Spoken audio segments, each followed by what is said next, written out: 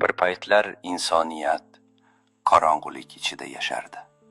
Inson osmondan qo'rqardi, dengizdan qo'rqardi, chaqmoqdan qo'rqardi va bilmagan narsasiga Xudo deb sig'inardi. Ammo qadimgi Yunonistonning Milet shahrida bir inson tug'ildi. Uning nomi Fales edi. U boshqalarga o'xshamas edi. Hamma qo'rqqan narsaga u hayrat bilan qarardi.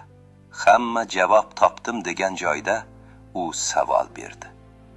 Nega? Mana shu savol insoniyat tafakkurini uyg'otdi.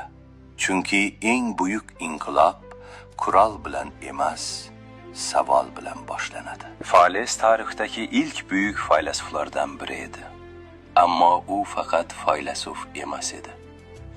U osmonni kuzatardi, yulduzlarni tinglardi, dengizni o'rganardi, tabiatning yashirin qonunlarini tushunishga harakat qilardi. Ko'pchilik mo'jiza ko'rgan joyda u qonuniyat izlardi. Ko'pchilik afsona yaratgan joyda u haqiqat izlardi. Mana shu sabab u insoniyat tarixini o'zgartirdi. Fales dedi: borliqning asosi suv, ammo bu oddiy suv emas edi. Bu hayotning harakati edi. Bu mavjudlikning nafasi edi. Bu tabiatning yuragi edi. Muz, bug', dengiz, yomg'ir, hayot hammasi bir manbadan kelishini tushunishga urinish edi. Fales birinchi bo'lib olam tartibsiz emasligini aytdi. Unga ko'ra koinotning ichida yashirin aql bor edi va inson uni tushunishi mumkin edi. Mana shu fikr falsafaning tug'ilishiga sabab bo'ldi. Fales insoniyatga qo'rqma, o'yla dedi.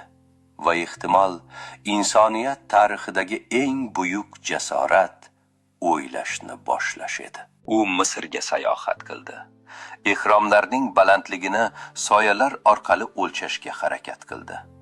Yulduzlarni kuzatib, katta zaytun hosilini oldindan bildi. Odamlar uni kambag'al faylasuf deb kulishardi. Ammo keyinchalik uning donoligi oldida hayratda qolishdi. Shunda Fales insonlarga: faylasuflar istasa boy bo'la oladi. Ammo ular boylikni emas, haqiqatni izlashadi degan ma'noni ko'rsatdi. Chunki haqiqat oltindan qimmatliroq edi. Bilim insonning eng buyuk qurolidir.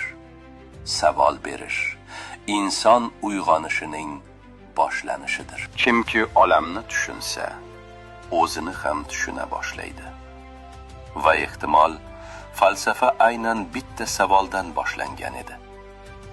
Bu olam aslida nima?